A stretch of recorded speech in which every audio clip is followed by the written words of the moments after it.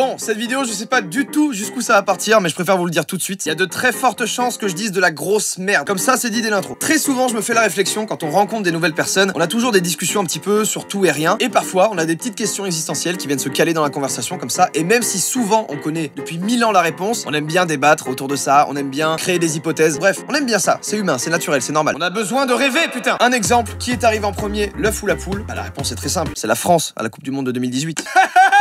Depuis les dinosaures, qui eux-mêmes pondaient des œufs, donc déjà on apprend que la poule descend des dinosaures, voilà, ça c'est première info de cette vidéo. Les espèces ont évolué, il ne serait donc pas improbable qu'une poule soit née d'un œuf pondu par une autre espèce. Donc ça voudrait dire, qui est arrivé en premier? L'œuf. Je n'ai absolument pas la science infuse ni la vérité absolue, donc tout ce que je peux dire peut être de l'immense merde, comme je vous disais au début de cette vidéo. Mais on va essayer, on va se faire kiffer, on va trouver des théories, on va trouver des hypothèses sexy, on va se faire plaisir, vous inquiétez pas, ça va bien se passer.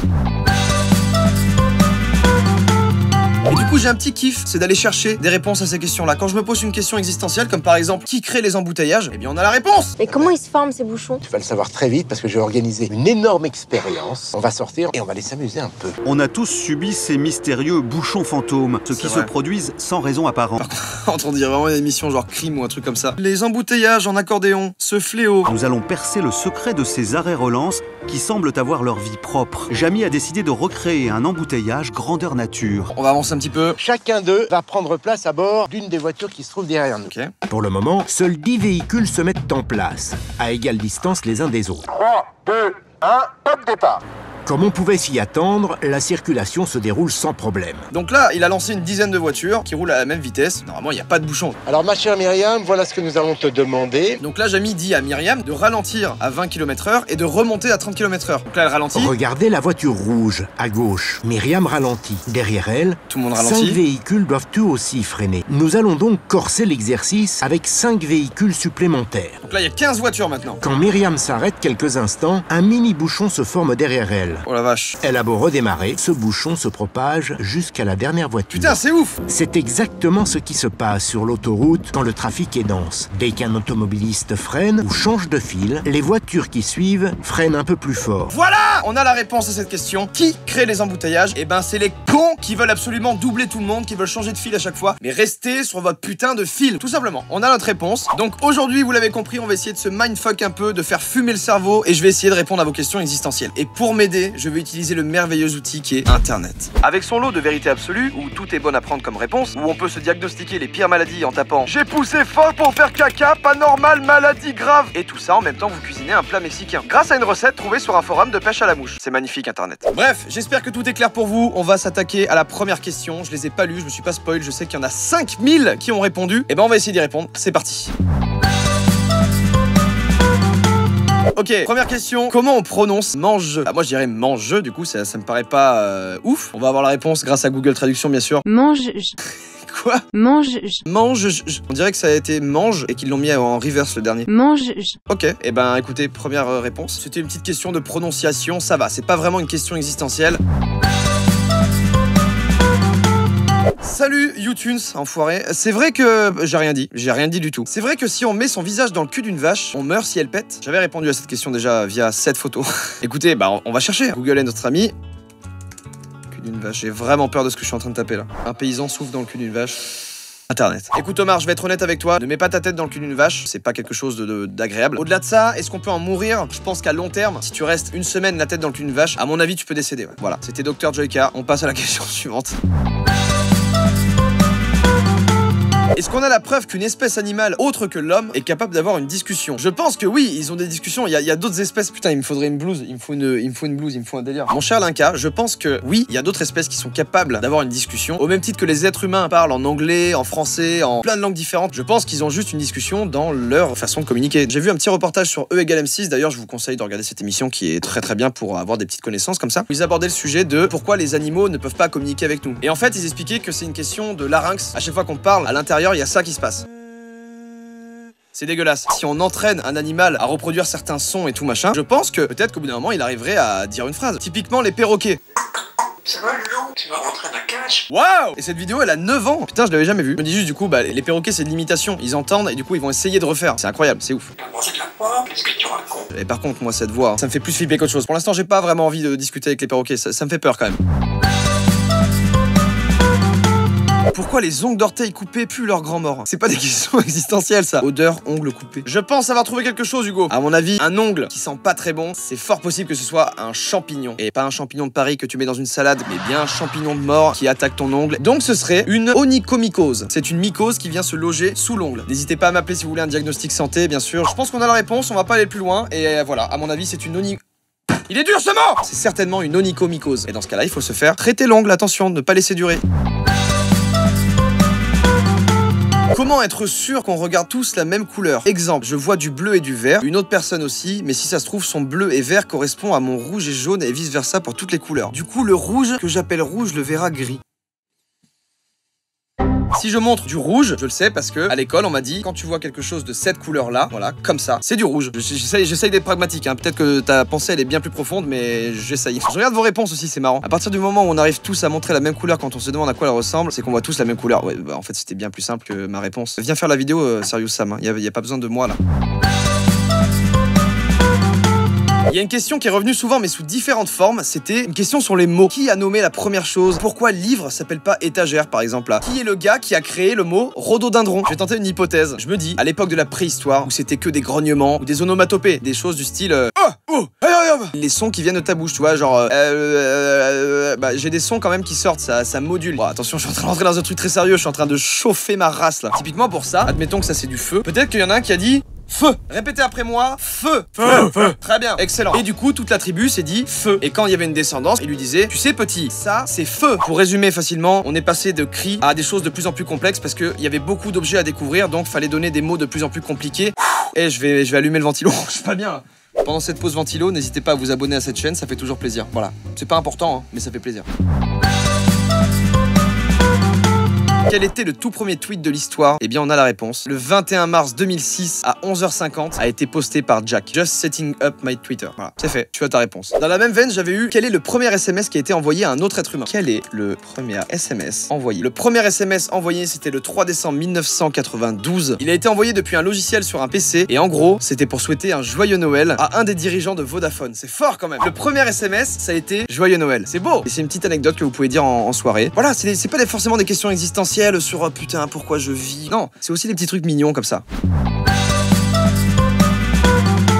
Comment a été créée la première musique au monde? Waouh, ça c'est stylé aussi. Très bonne question, on va aller rechercher ça. Il est difficile de dater même approximativement son origine, le rythme et la mélodie sont toujours présents dans la musique et il est difficile de savoir lequel des deux fut le point de départ de cet art ancestral. Donc le rythme et la mélodie sont toujours présents dans une musique, qui est arrivé en premier, ça on sait pas déjà, c'est un peu l'œuf ou la poule. Sauf que là, la musique ne vient pas des dinosaures. Les mélodies qu'ils inventaient traduisaient des sentiments et ils dansaient et martelaient le sol avec les pieds pour accompagner leur musique. C'est tellement stylé. On sait que c'était il y a au moins 35 000 ans. Maintenant, j'enchaîne directement la première blague du monde. La plus vieille blague du monde à 3000... Mais c'est génial! J'adore ce concept, putain! D'après un article de Libération, la plus vieille blague du monde a 3900 ans. Elle montre que l'humour scatologique était déjà en vogue chez les Sumériens. La première blague était scato. En 3900 ans, est-ce que les P nous font toujours rire? Absolument! Allez, je vous la fais en mode stand-up. Et maintenant, retrouvez Jojo pour la plus vieille blague du monde. Hey! Salut tout le monde. Alors je vais vous faire une petite blague. Restez bien concentrés, restez assis le cul sur votre chaise, parce que vous risquez d'en tomber. Une chose qui n'est jamais arrivée depuis des temps immémoriaux, une jeune femme s'est retenue de péter sur les genoux de son mari. Voilà, c'était la plus vieille blague du monde. Attendez, le stand-up ne s'arrête pas là. En deuxième place, on retrouve une blague égyptienne qui date de 1600 avant Jésus-Christ. C'est parti. Comment divertir un pharaon qui s'ennuie? Alors, eh ben c'est très simple. Tu fais voguer sur le Nil un bateau... Tu fais voguer sur le Nil un bateau ayant pour toute cargaison de jeunes femmes simplement vêtues d'un filet de pêche et tu presses le pharaon d'aller à la pêche. On va reprendre cette blague. Comment divertir un pharaon qui s'ennuie? Tu fais voguer sur le Nil un bateau ayant pour toute cargaison des jeunes femmes simplement vêtues de filets de pêche et tu presses le pharaon d'aller à la pêche. Elle est pas efficace cette vanne. Est-ce qu'il y avait des one-man shows en Égypte? Oh là là. Chaque question existentielle en son temps. Voilà pour celle-ci, je pense avoir répondu. On va pas s'étaler trop. Si ça vous plaît ce concept, je pourrais repiocher et faire un deuxième épisode. Hein. Moi ça me plaît de faire des deuxièmes épisodes. Ce concept me fait kiffer, j'apprends des trucs, on apprend des trucs, on rigole ensemble, c'est cool. Si ça vous plaît, petit pouce bleu, petit commentaire avec hashtag cette série je la kiffe continue et on se fait plaisir. J'adore dire ce mot, putain. Est-ce qu'un sourd et muet entend la voix dans notre tête quand on parle à nous-mêmes? Donc déjà, il faudrait qu'il soit sourd et muet de naissance. Quand c'est un ami que vous connaissez très bien qui vous envoie un message, vous avez un petit peu sa voix dans votre tête pendant que vous lisez. Et nous, quand on pense dans notre tête, on entend notre propre voix. Mais est-ce qu'un sourd et muet s'entend dans sa tête? Ou alors comme... Waouh! Putain, là, ça m'a mindfuck, là. Je veux savoir la réponse. Est-ce qu'un sourd est muet s'entend dans sa tête? Est-ce qu'un sourd est muet de naissance entend la voix de sa raison? Voilà, c'est la voix de la raison, c'est beau de dire ça. Les personnes sourdes de naissance, pour autant qu'elles aient développé une langue gestuelle, pensent et rêvent en langue des signes. C'est déjà méga intéressant. Voilà pour cette question, et c'était vraiment cool. Ah! Comment a été réglée la première horloge? À partir de quelle base du temps? Il y a quelqu'un qui répond, et oui, je vais pas aller chercher parce que c'est grâce au cadran solaire qui indiquait l'heure avec les ombres du soleil. Le soleil se lève à l'est et se couche à l'ouest. Donc là, le gars répond, mais avec ce cadran, comment ils se sont basés sur quelque chose? Car les termes seconde, heure, minute n'existaient pas. A été créée la notion du temps. Là, c'est le genre de question où il y a énormément de théories où on sait pas en fait, on n'a pas la réponse. On n'arrive pas à dégager quelque chose d'assez satisfaisant pour qu'on puisse se dire ok, le temps c'est ça. Non, c'est trop complexe. Et je pense sincèrement que juste en tapant c'est quoi le temps sur Google, je doute qu'on trouve une réponse vraiment pure et 100% vérifiée quoi. Je pense tout simplement, toujours en restant dans la théorie de l'évolution, les premiers hommes préhistoriques, tout ça, vu que ce truc là, cette espèce d'astre bouge au-dessus de nous et quand il est plus là, bah on voit plus rien. Il faudrait qu'on sache quand est-ce qu'il est là et pendant combien de temps justement. Oh fuck! Mais est-ce qu'ils avaient déjà trouvé ce mot?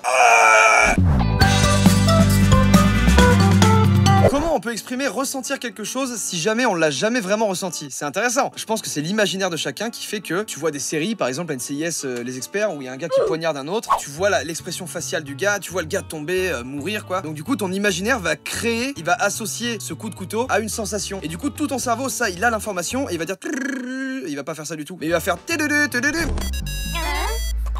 Les filles. ma théorie ce serait qu'on voit quelque chose se produire, qu'on l'associe à un sentiment et qu'on développe avec l'imaginaire une douleur fictive quoi. Ah, comment ton nom de famille a existé et qui a choisi ce nom? C'est intéressant. D'où viennent les noms de famille? Jusqu'au 11e siècle, les personnes ne portaient qu'un nom de baptême. Au 12e siècle, l'explosion du nombre d'habitants, du coup, oblige les populations à donner des surnoms aux individus afin d'éviter les confusions. Voilà, 11e, 12e siècle et c'était un surnom. Elle est drôle celle-là. Est-ce que pour les crabes, les poissons volent? C'est vrai, les crabes qui sont au fond, qui se déplacent comme ça là. Eh oh, vous faites quoi là? Ils ont un accent marseillais. Vous arrivez à voler ou quoi? C'est dingue ça. Je vais être honnête, hein, je pense vraiment que les crabes s'en battent les couilles. Voilà, on va pas aller plus loin là-dessus. Pourquoi les P sentent plus fort sous la douche? Mais qu'est-ce que c'est que ces questions les gars? Je me suis jamais fait cette réflexion. Là, il y a des gars qui ont fait un travail de recherche pour dire pourquoi un P pue plus sous la douche. Il y a vraiment des articles pour tout et rien, mais c'est fou. Pour commencer, lorsque vous prenez une douche, cela signifie la plupart du temps que vous vous trouvez dans une cabine fermée où le gaz a plus de mal à s'échapper. Par conséquent, l'air devient saturé. Mais ce n'est pas tout. L'humidité à l'intérieur de la douche joue également un rôle important lorsqu'il s'agit de transformer une flatulence innocente en une bombe malodorante. Si vous prenez une douche à deux, ne pétez pas. Est-ce que les animaux comprennent vraiment ce qu'on leur dit ou est-ce qu'on a juste l'air de gros cons quand on leur parle? Eh ben je pense qu'ils comprennent ce qu'on leur dit. On va aller voir, on va chercher un article. Est-ce que les animaux comprennent ce qu'on leur dit? Donc il y a eu une étude qui a été faite par un scientifique de Budapest qui ont éduqué 13 chiens à rester immobiles pendant un scanner du cerveau afin de mesurer leur activité cérébrale alors qu'ils écoutaient parler leur maître de façon neutre ou douce. Ils ont alors constaté que les chiens activaient une zone de l'hémisphère droit du cerveau pour distinguer une intonation signalant la gentillesse et une ne l'indiquant pas. C'est ouf! Le centre du plaisir dans leur cerveau est activé seulement quand des paroles de gentillesse et de louange sont accompagnées de l'intonation qui va avec. Si on dit à un animal, mange ta gamelle, mange-la tout de suite ta putain de gamelle là. Et qu'on dit à l'animal, mange ta gamelle, mange-la tout de suite ta putain de gamelle. Et ben c'est pas pareil, il va l'interpréter d'une manière différente. Et là, récemment, et ben on a vu qu'il y a un border collie, donc c'est une race de chiens qui ressemble à ça, qui sont très beaux, qui connaît plus de 1000 mots. Par contre, il sait peut-être pas construire des phrases dans son cerveau de chien, il a peut-être pas l'interprétation, mais il a le vocabulaire, il a 1000 mots, il les comprend. C'est incroyable. Voilà, donc bref, mindfuck encore une fois, mais est-ce que les animaux peuvent comprendre vraiment ce qu'on leur dit ou est-ce qu'on a juste l'air de gros cons? Les deux, on a l'air de gros cons, mais ils comprennent ce qu'on dit.